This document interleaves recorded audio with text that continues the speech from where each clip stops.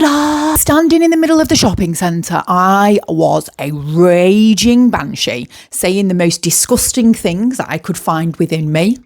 Now, before I finish that story, let me explain something to you. That is ADHD plus PMDD. Undiagnosed, unmanageable. And if you suffer with ADHD, high chances that you might have PMDD and vice versa, because the two are linked. I didn't know what PMDD was way back when. I was introduced to PMDD 6 years ago by one of my incredible sisters, Melissa, who is also PMDD and ADHD diagnosed. When she told me and I read into it, I was like, oh my God. So I'm not just a psycho and I'm not just fucking mentally unhinged, which I am. But there's a reason for that. And so I rang the doctor and I said, I have PMDD. So back to the moment in the shopping centre. The man that I was screaming at was supposed to be my boyfriend, one of many boyfriends, because I can't hold down a relationship. He told me something very personal about his mother, something that had happened. And in a moment which I could not control, I resorted to hurting him the way that I knew I could hurt him, which was personal and disgusting and vile of me. But at the same time, it's like a purge. You need to get them out of your system in order to feel relief, in order to feel better, which is why women with ADHD and PMDD take to severe things like self-harming. I smashed my phone on the floor, middle of the shopping centre, started stamping on it, and then I noticed people looking at me. And I looked up and I screamed. It pains me to think of it right now. And this was all the time. This isn't a one-off situation. This is how I lived my life. But that behaviour had been normalised by people around me because I was just called the psycho. I was called the difficult one, the black sheep of the family, the head case, Fruit Loop, loony bin. And I think that's because women who feel deeply are so much easier to label than to try and understand. Eventually, the relationship ended. I went home and took an overdose of anti-sickness pills, which is a really bad idea, people, because they make your heart go through the fucking roof.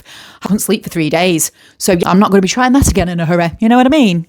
I know that behaviour is not acceptable. That is the behaviour of somebody who is dealing with something neurological, not hormonal. When Melissa told me about PMDD and I started to research it, I already had the epiphany that this is me.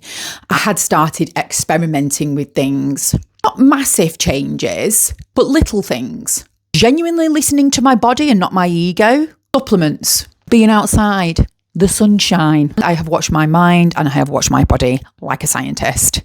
And I'm trying to understand my nervous system rather than fighting against it. It has taken me 15 years to start to feel the benefits of my brain. 15 years of introspective analysis of my soul. You build it with hard habits. You build it with movement that regulates your body and routines that scientifically give your brain safety. Sunlight, nature, structure, food, love, practicing non-judgment, practicing gratitude. Every single day, habits started to stick and become so fucking rewarding. These systems I have been building for 15 years, I'm starting to see the benefits of them. And it's fucking wild, beautiful. And I can say to you with lived experience, my life has changed for the better.